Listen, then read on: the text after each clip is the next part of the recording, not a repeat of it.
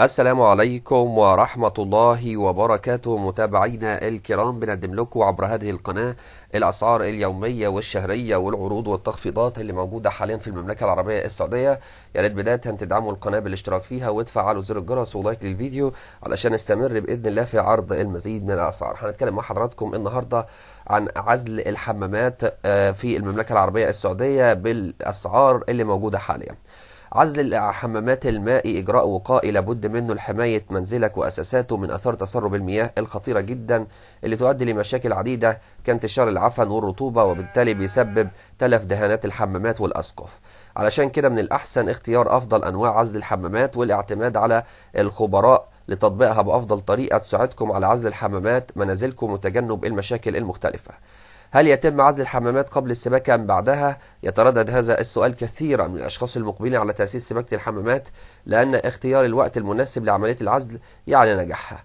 يتم تمديد العزل للحمامات مهما كان نوعه تحت المواسير لحماية الأرضية وعزلها في حال حدوث أي تسرب من المواسير، وهو الهدف الأساسي من العزل. سهولة إصلاح المواسير وتمديدات السباكة عند حدوث أي مشكلة، إمكانية تغيير أيضا توزيع تمديدات المواد الصحية عند الحاجة. أنواع العزل: بيتم تجهيز أرضية الحمام وتنظيفها من أي بقايا، ده العزم باستخدام الرقائق البلاك. يتم دفن الأرضية بالرمل. تجهيز أركان الأرضية الحمام بميل 45 لعمل نعلة العزل. مد الرؤية الإسمنتية وتغطية الأرضية مع النعلة بشكل كامل. مد رقائق البلاك وتثبيتها بتطبيق الحرارة للتأكد من التحامها بشكل كامل. يتم اختبار العزل بغمر الغرفة بماء ارتفاع 15 سم لمدة 24 ساعة للتأكد من عدم حدوث أي تسريب. يلاحظ مؤخرا انتشار نوع أيضا من رقائق البلاك بارد، تكون مطاطية القوام وتتحمل الماء الجاري بشكل أفضل، لكنها تحتاج ل3 أيام للجفاف الكامل. أما بالنسبة لعزل الحمامات الإسمنتي: تنظيف أرضية الحمام من أي شوائب. خلط مكونات المادة العازلة الإسمنتية سبالكا فيليكس باستخدام الخلاط لمدة 3 دقائق.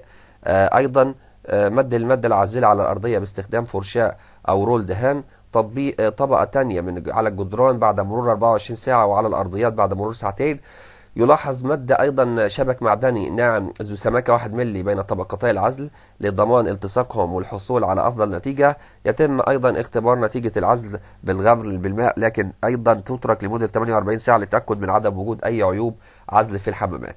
في عزل اسمه القار أو البيوتومين، هو من يعني يعتبر من أفضل الطرق المستخدمة وأقدمها في الحمامات. بيتم مد الياسة وصنفرتها. يتم مد طبقة الخيش ويسكب فوقها البيتومين السائل، وتعد العملية وتعاد لمدة 3 أو 4 مرات وطبقات للوصول لارتفاع 10 سم.